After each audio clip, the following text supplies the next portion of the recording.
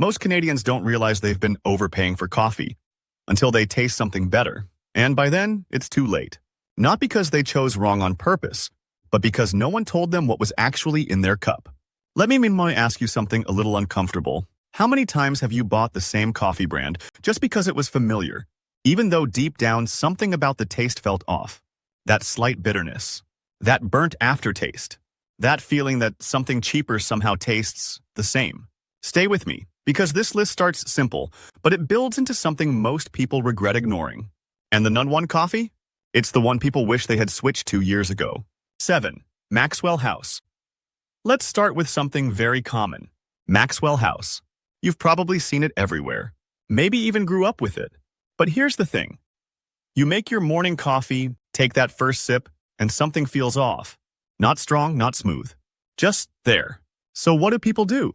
They reach for sugar, then cream, then a little more, trying to make it taste right. But let me ask you something. If a coffee needs fixing every single morning, is it actually good? Because at some point, the thought hits, why does this never taste as good as I expect? And most people ignore that feeling. They finish the cup anyway. They buy it again next week. Not because they love it, but because it's familiar. Now, be honest with yourself. How many times have you drank it and didn't even enjoy it? Just went through the motion, hoping the next sip would be better? Now here's where it gets real. That moment you feel something is off, that's not random. That's your taste telling you the truth. But instead of changing the coffee, most people change everything else around it. They adjust the routine. They lower their expectation. They settle without even realizing. And this is exactly how people stay stuck for years. Same brand, same shelf, same result. Until one day, they try something better and instantly think, wait, coffee can actually taste like this? So before we move on, think about this carefully. Are you choosing this coffee or just repeating a habit you never questioned? Because the next one is where people start confusing strong with quality, and that's where things get worse. 6. Folgers. Folgers is another one people just default to. It's easy. It's everywhere. But here's the part most people don't say out loud. You open a fresh container, expecting that rich coffee smell, and instead, you get something heavy, over-roasted, almost harsh, like it's trying to convince you it's strong, instead of actually being good. Then comes the first sip. It hits hard, but not smooth. That bitterness stays longer than it should. It lingers, and not in a good way. And right there, a thought crosses your mind. Coffee shouldn't taste like this. But you keep drinking it anyway. Now, let's be real for a second. How many times have you told yourself this is just how coffee is supposed to taste? That strong means better. That bitter means real. But what if that's not true? What if you've been trained to accept a taste that was never meant to be enjoyable? This is where most people get stuck. They don't question it because it's everywhere. Same shelf, same label, same routine. So it feels safe. But safe doesn't mean good.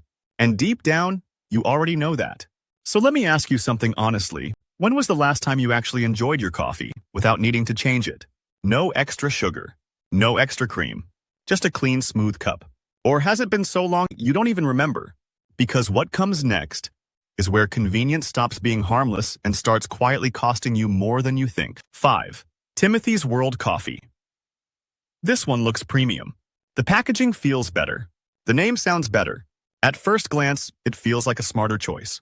But then you brew it, and something feels off.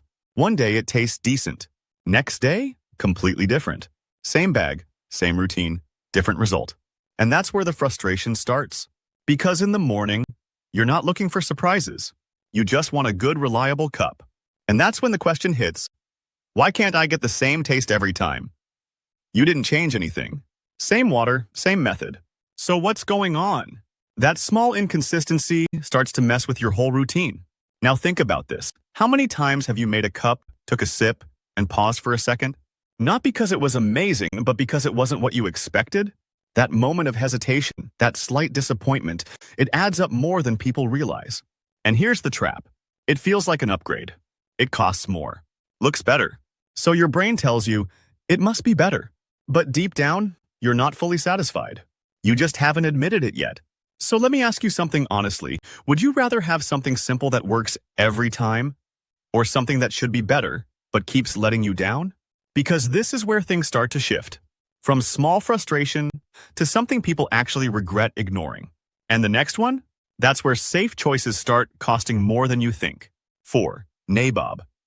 At this point, people start expecting more, and Nabob almost feels like it delivers. At first, it seems fine. You brew a full pot, take that first sip, and you think, okay, this isn't bad. But then something happens. Halfway through the cup, the flavor starts to fade. It gets weaker, thinner. Like the coffee just gave up. And that's the moment that catches people off guard. Because you didn't change anything. Same scoop, same water. So why does it feel like two different coffees in the same cup? That's when the thought hits quietly. Why does this feel watered down, even when it's not? Now, here's where it starts to add up. It's not one bad cup. It's dozens. Morning after morning. That same slight disappointment. Not strong enough to make you stop, but enough to never feel satisfied. And this is exactly why it keeps selling. It sits right in the middle. Not too cheap, not too expensive. So it feels like a safe choice. But let me ask you something. Since when did safe become the same as good? Think about how many times you've reached for it. Not because you wanted it, but because it felt like the easy option. That middle ground, where nothing is really wrong, but nothing is actually right either. So be honest with yourself for a second. How much money have you spent in something that was just okay? Not great, not memorable, just good enough to keep buying without ever questioning it. Before we go further, if you've ever bought a coffee thinking it would be better and ended up disappointed, hit like and subscribe to Canada Deals, because this is exactly how people stop wasting money on things that look good, but don't deliver. Now, the next one is where regret really starts. 3. Second Cup Coffee. Now we're getting into brands people trust. Second Cup feels like a safer choice. It looks better, sounds better, and that's exactly why people reach for it. You bring it home, expecting that cafe-quality experience, something smoother, more refined, something that finally feels like an upgrade. But then you make your first cup. You take a sip, and it's just okay. Not bad, not terrible, but not what you expected either. And that's where the frustration starts. Because now it's not just about taste, it's about expectation versus reality. That quiet moment hits you. I paid more for this, so why does it feel the same? You don't say it out loud, but you feel it.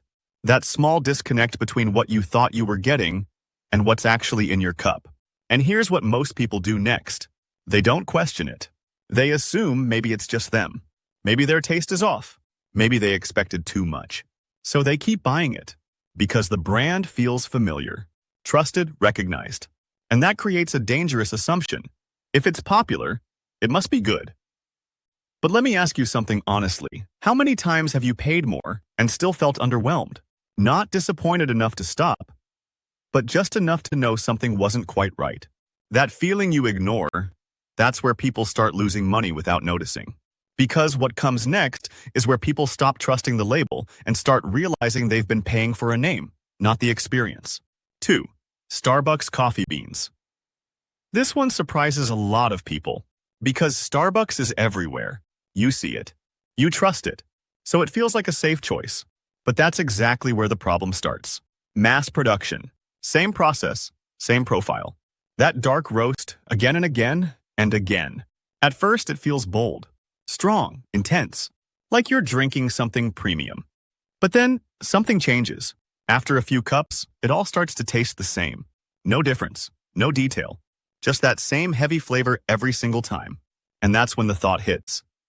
I don't actually taste the coffee, just the roast. Now think about that for a second. If every cup tastes identical, what are you really paying for? Because real coffee is supposed to have character. Subtle differences. Real flavor, not just one overpowering note. That burnt edge, that strong, lingering taste, it doesn't highlight the coffee, it hides it. And once you notice that, you can't ignore it anymore. But here's why it keeps selling. It's easy, recognized, familiar. You don't have to think twice. Just grab it and go. And that's where most people stop questioning. Not because it's the best choice, but because it's the easiest one. So let me ask you something honestly. Are you choosing this coffee or just trusting a name you've seen too many times? Because now, this is where everything flips. where people stop going for what feels safe and start realizing they've been missing something much better this whole time. 1. Tim Hortons coffee. This is the one most Canadians don't question. Tim Hortons. It's part of the routine, part of the culture. It's what people grab without thinking. Morning after morning, same order, same habit, same expectation. But here's what most people don't say out loud. It doesn't taste the way it used to. It's thinner, less rich, less satisfying. That full, comforting flavor people remember, it's just not the same anymore. And yet, almost no one stops to question it. Because it's familiar. Because it feels normal. Because it's always been there. So people keep drinking it, without ever asking if it's still worth it. Then one day, something changes. They try a different coffee. Something smoother, fuller, more balanced. And that's when it hits. Not slowly, but instantly. I've been settling this whole time. And that realization? It's uncomfortable. Because it's not about one bad cup. It's about years. Years of routine, built around something that was never the best option. Not because it's terrible. That's what makes it so dangerous. It's just good enough to never make you question it. To never push you to try better. To keep you exactly where you are.